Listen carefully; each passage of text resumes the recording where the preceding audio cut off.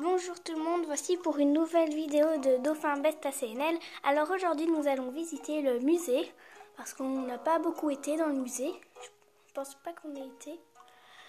Et on va voir un peu tout ce qu'il y a dedans, les donations et tout ça. Alors voilà, nous allons commencer par les dinosaures. Et bonjour Thibou, tout en train de dormir, moi si j'étais sa patronne, je le virerais tout de suite. Vous ne pensez pas ? Là là là là là là. Il fait pas bien son boulot, hein. Alors, nous allons commencer par celui-là, le Tyrannosaure Rex. Merci de nous aider à compléter ce squelette. Normalement, dans les musées, tu dois pas donner, tu dois juste regarder. Là, c'est nous qui faisons tout. Ils doivent faire leur boulot. Et c'est à eux de compléter les pièces. Oh, je comprends pas, moi, ça. Bon, ça nous occupe pour prendre tout ça dans le jeu. Triceratops, merci de nous aider à compléter ce squelette. Alors ici, un complet. Styracosaure. Le styracosaure, dont le nom signifie reptile épineux, ressemble au Triceratops. Oui. En plus de sa corne sur le nez, il possédait 3 autres groupes de cornes répartis sur sa collerette. On a trouvé plusieurs spécimens au même endroit sur certains sites. On pense donc qu'il vivait en troupeau. Ouais, peut-être. Alors le stégosaure, je le connais beaucoup depuis. Merci de nous aider à compléter ce squelette. Alors ici nous avons quoi? Le Triceratops. Justement, il disait qu'il ressemblait fort au Triceratops, celui-là. Voilà. Merci de nous aider à compléter ce squelette. Ok. Ici, ah oui, nous avons quelque chose. Je ne savais pas. Je l'avais pas vu. Parasaurolophus. Ok. Merci de nous aider à compléter ce squelette. Il est très long en tout cas le nom. Mais j'ai déjà vu pire. Oh, comme lui. Pachycéphalosaure. Merci de nous aider à compléter ce squelette. Alors, nous avons tout fait dans cette pièce. Peut-être pas. Je sais pas si on a fait le vélociraptor. Et voilà. Alors ici, qu'est-ce que nous avons? Nous avons ça. Archaeopteryx, 26 décembre 2015, donation de Célia. Oui, je m'appelle Célia, je ne l'ai jamais dit. Mais voilà, vous aurez dû vous en douter. Donc voilà, je m'appelle Célia.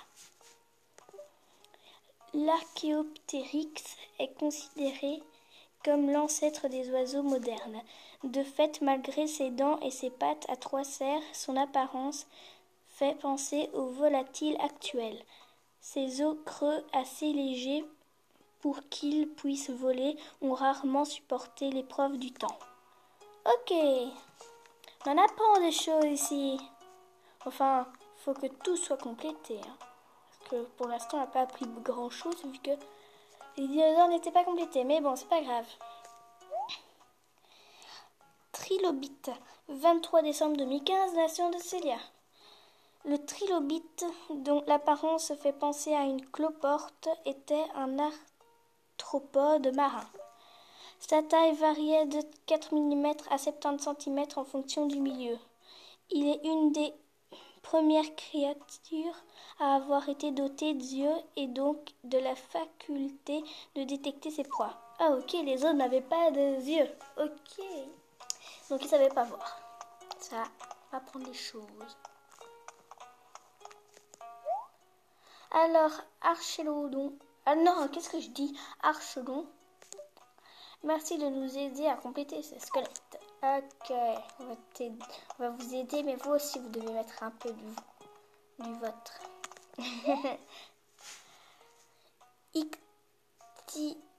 Ichthyosaure. Ichthyosaure ou ichthyosaure. Merci de nous aider à compléter ce squelette. Ici, il n'y a rien. Ici, il n'y a rien. Celui-là, je sais qu'est-ce que c'est. On le voit avec ses cornes.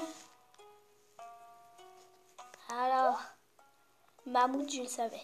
Merci de nous aider à compléter ce squelette. Ok, c'est quoi ce truc? Smilodon, jamais entendu. Merci de nous aider à compléter ce squelette. Ok, ici, il n'y a rien complété à part ces deux trucs ici.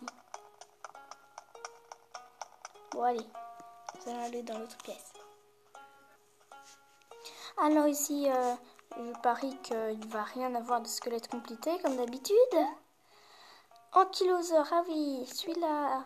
Merci de nous aider à compléter ce squelette. Normalement, avec la queue, là, il devrait avoir une grosse boule. J'aimerais bien voir le résultat. Ici, il n'y a rien. Je me demande qu'est-ce que c'est, d'ailleurs. Spinosaurus. Merci de nous aider à compléter ce squelette. Bon, là non plus, il n'y a rien. Pas beaucoup dans cette pièce. Iguanodon. Merci de nous aider à compléter ce squelette. Je veux qu'il soit complété pour voir. Wow, il est grand, on voit même pas l'image ici. Séismosaure. Ok, du séisme. Merci de nous aider à compléter ce squelette. Ok.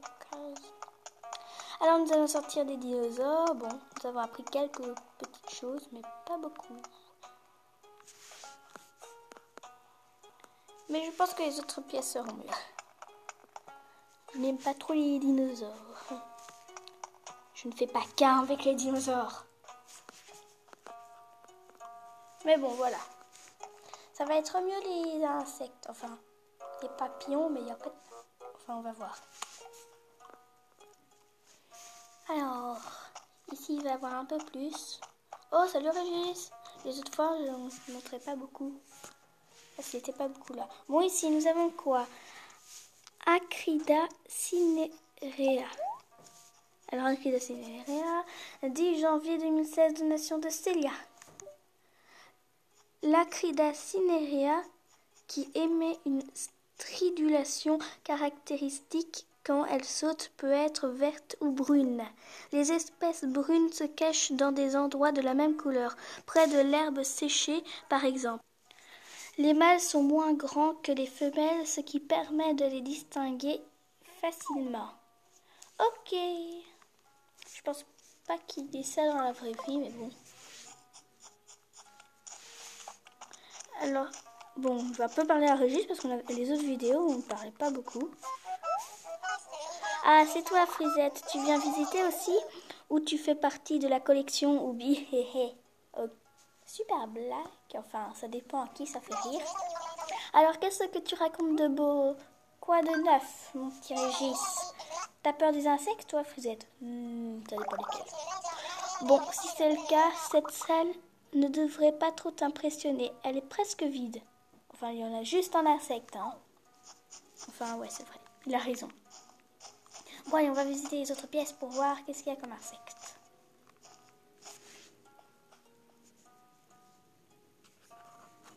Alors, ici, nous avons quoi? Wow, le mec, il se balade. Si ceux qui ont peur des insectes, ils vont avoir peur de ça parce qu'ils se baladent hors de là où ils devraient être, on va dire. Moi aussi, il y a quoi? Nitidule. Il y en a deux ici. Alors, Nitidule, 11 février 2016, donation de Célia. La nitidule possède un corps vert brillant. On la trouve principalement aux alentours des arbres fruitiers. Ses petites ailes sont protégées par une carapace très rigide qu'elle doit soulever pour s'envoler. Sa larve se nourrit de végétaux en décomposition et de racines. Ok. Alors, Buprest, 11 février 2016, donation de Célia. Le corps vert du Buprest est parcouru d'une ligne rouge. Je la vois pas sur le dessin. Cet insecte est si beau qu'on pense qu'il a été utilisé dans l'artisanat à une certaine époque. Sa carapace rutilante est très voyante. Pourtant, les oiseaux ont du mal à le repérer. Ok, ça c'est bizarre. En effet, ils ne sont pas très forts lorsqu'il s'agit de détecter une proie aux reflets changeants.